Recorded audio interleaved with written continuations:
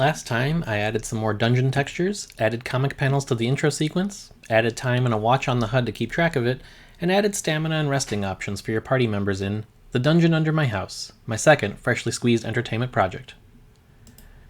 If you've been following along, you know that The Dungeon Under My House will be a non-violent first-person dungeon crawler, and as a freshly squeezed entertainment project, it will be a polished, playable prototype that provides a complete entertainment experience. It will be freely available for desktop computers as well as mobile devices, with no ads, no in-app purchases, and no personal data tracking. Hello and welcome. My name is Gianfranco Berardi. My pronouns are he, him, his, and I encourage curiosity and support creativity through my solo indie game development studio, GB Games LLC. I'm really happy that you're here to join me on this indie game development journey. Once again, it has been a while since my last development update video. I've since been both adding new features and fixing defects. Let's get into it. Building off of my stamina work from last time, the game now offers your party the chance to rest if any individual member reaches 0 stamina. You can choose to rest or keep going. However, if every member of the party is at 0 stamina, then you have no choice and are forced to rest. Again, resting takes valuable time, and my intention is to make it a tough trade-off, but for now there are no real negative consequences to hitting 0 stamina. At least, not yet. Meanwhile, I added the ability to sleep to recover a bunch of energy. However, the sleep option is only available during certain hours at night. You can't sleep during the day. When you choose to sleep, it always takes 8 hours, so the earlier you sleep, the earlier you wake up. And while there aren't any time-based events or situations in the game yet, my intention is for that kind of timing to matter. For now, you can make it back to the house to sleep and recover your energy for the next day. Once again, I found myself optimizing the dungeon rendering code. It was pretty slow on my desktop computer, and it was unplayably slow on my mobile devices. And once again, I'm thankful there are tools to help you find the bottlenecks in the code. My original hypothesis for the cause of the slow rendering was the need to decide which of the new textures to render on the walls, ceilings, and floors, but when I ran a profiler, I discovered that the real cause was accidentally making copies of each dungeon grid cell object, the object that has all the information of what type of thing to draw on each grid cell. I was basically making hundreds of thousands of copies that immediately got destroyed just to get to a piece of data from each. Whoops. Once I got rid of the unnecessary copying by using the original objects as much as possible, the rendering sped up significantly. It also helped to move some of the code out of the inner loops. Now the dungeon rendering part of the game feels just fine on my phone, and it definitely feels great on my desktop computer.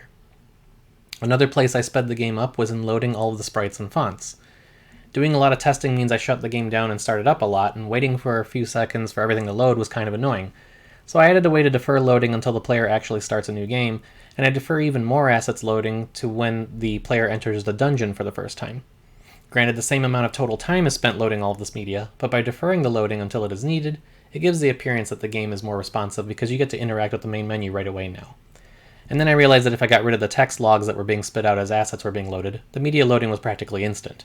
Still, I think deferring media loading is a win, especially as more art and eventually audio is added to the game. Meanwhile, I realized that when you start the game, you might have no idea what to do.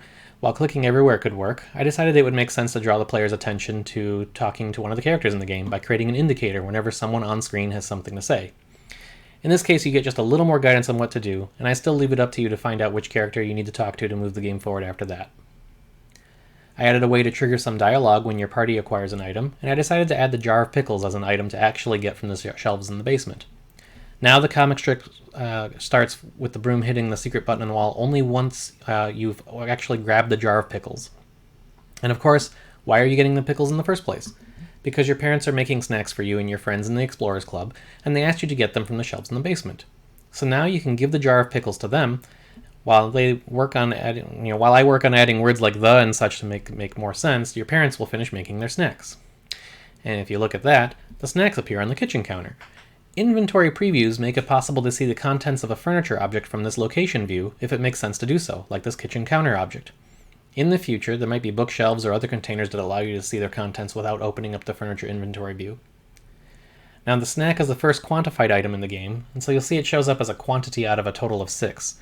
I had to do some work to manage quantified items in an intuitive way, allowing you to not only take one, a few, or all of the snacks at once, but also give them to others.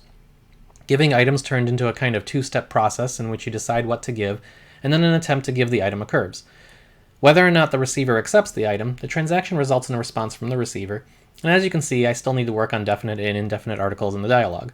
The receiver can also reject your gifts if they have too many things in their own inventory, but there isn't much in the game yet to be able to show you without hacking extra items in. And a small yet incredibly impactful change is something you may have noticed. I updated the buttons on the user interface. Instead of the rectangle simulating buttons like I had before, I'm now using a button from the free Kenny UI pack, and the game looks so much better, especially in motion. I wish I had done this work earlier, because I have a lot of published screenshots and videos with the old placeholder buttons that could have benefited greatly. You'll see the link to the Kenny UI pack in the description. There were also a number of defects that were bothering me enough to solve, including a tricky one involving the first render of the dungeon being completely dark, until I realized that the problem was that the player's initial position in the dungeon was somehow being set to a bad location, and not set to the actual start position until after entering.